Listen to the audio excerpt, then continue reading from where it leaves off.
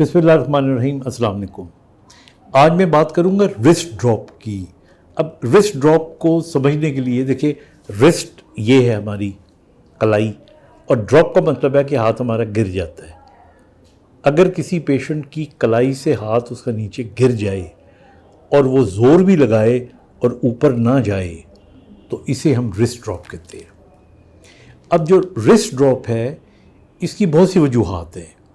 इसके अंदर पहले तो ये समझने की बात है कि एक तो ये पूरे का पूरा जो रिस्ट है ये गिर जाता है, फिर उंगलियां भी ऊपर नहीं जाती, फिर अंगूठा भी ऊपर नहीं जाता।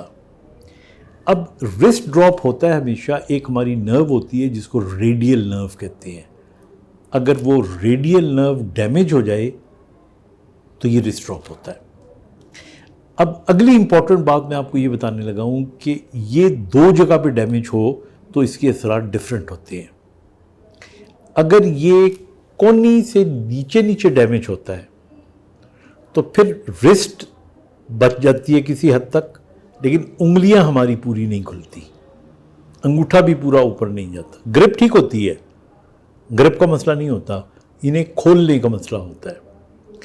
अगर ये जो नर्व डैमेज है हमारी कोनी से ऊपर होती है, जो कि आम तौर पे इस जगह पे एक रेडियल ग्रूव होता है, मैं भी आपको बताऊंगा, वहाँ पर अगर ये डैमेज हो जाए तो फिर पूरा हाथ लटक जाता है। और इसकी जो सबसे कॉमन वजह मैं देखने में आती है प्रैक्टिस में हमारे, वो होता है कि किसी नॉन डॉक्टर का या क्वैक का बाजू में गलत टीका लगाना। अच्छा, ये मैं सिर्फ डेमोन्स्ट्रेट कर रहा हूँ, मैं नीडल अंदर ही है, मैं लगानी। अब आम तौर पे जब जाते हैं ना डॉक्टर के पास या कंपाउंडर के पास, तो वो आपकी इसको ऊपर करता है तो यहाँ तक ये कमीज़ ऊपर जाती है।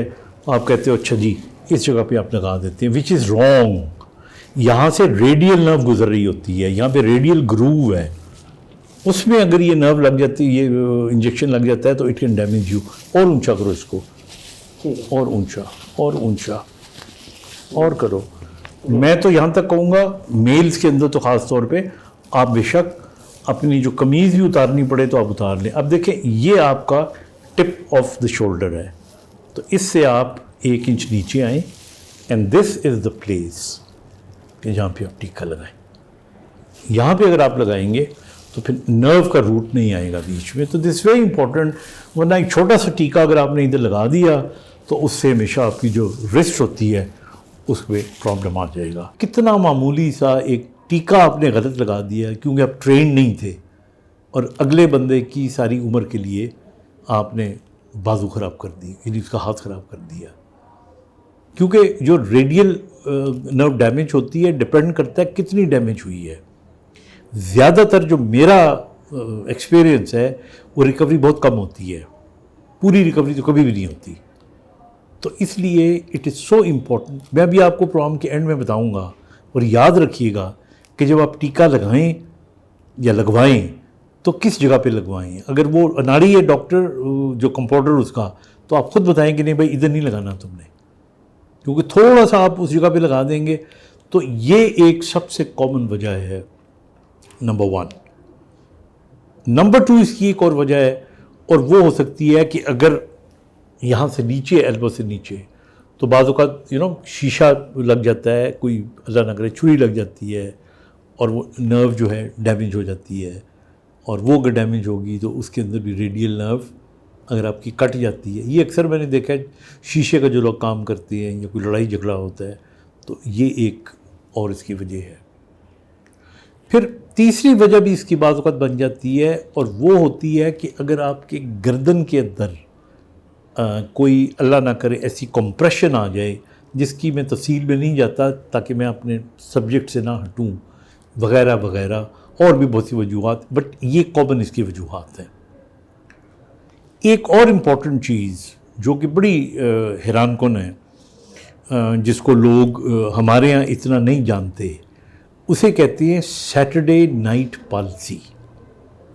हमारे यहाँ बहुत सारे लोग ऐसे होते हैं, पाकिस्तान में तो नहीं, दूसरे मुल्कों में, जो सैटरडे को अगर सही तरीके से सोते नहीं हैं।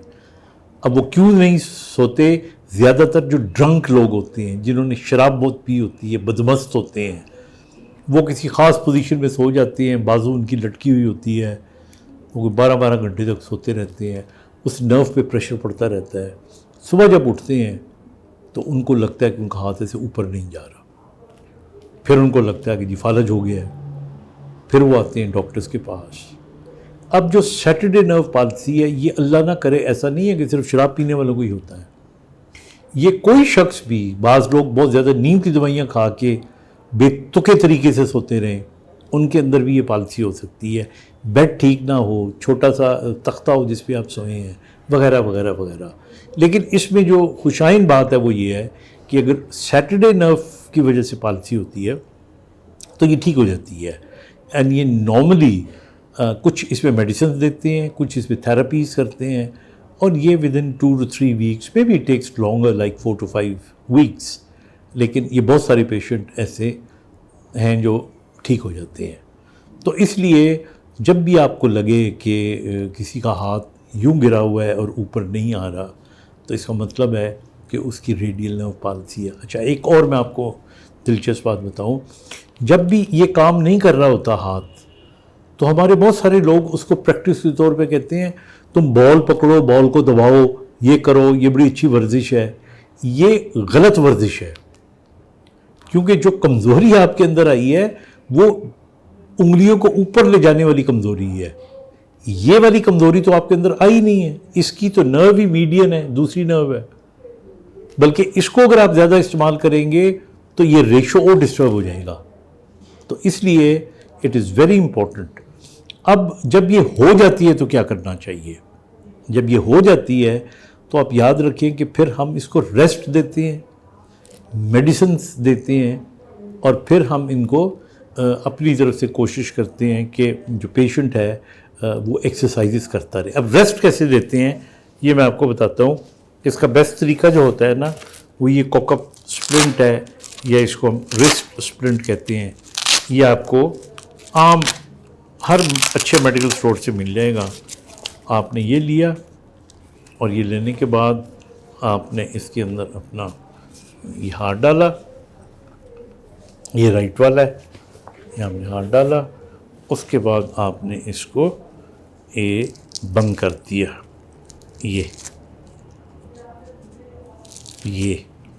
اور یہ آپ نے اس کو بند کر دیا۔ اب آپ کا ہاتھ نیچے نہیں گر رہا۔